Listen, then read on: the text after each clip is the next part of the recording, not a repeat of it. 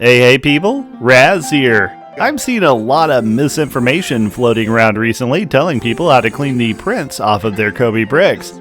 Some people suggest using acetone or nail polish remover, and others suggest using a knife or sandpaper.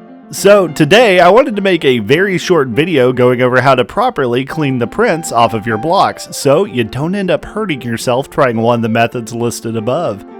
Why would we need to do this? Because Jakob, the printmaker at Cobi, has had it too good for too long, and I must destroy his work to complete my own.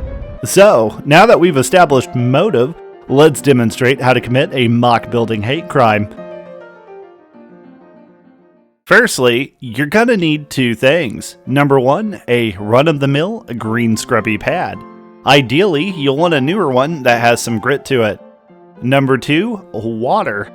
What you'll want to do is run water over your block and then in a back and forth motion, rub the wet sponge lightly across your brick. This will remove the print and not damage the surface of the block. Now, you're probably watching this and thinking, wow Raz, that was pretty easy.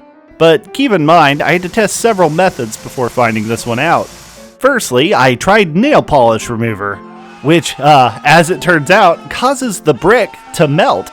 Also, I tried the knife and sandpaper techniques. Both ended up scarring the brick so bad that it ruined the surface, so I just ended up throwing away the brick. So far, the sponge method works better than any of the methods I've tried before, and it's super cheap and easy to do. The only problem I have is that it removes the glossy finish from the brick, and you can kind of see some of the scratches left by the sponge if you hold it up to the light.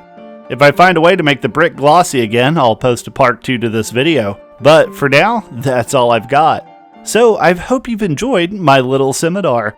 Let me know if there are any other short tutorials you'd like to see in the comments. As usual, thank you for watching, and bye for now.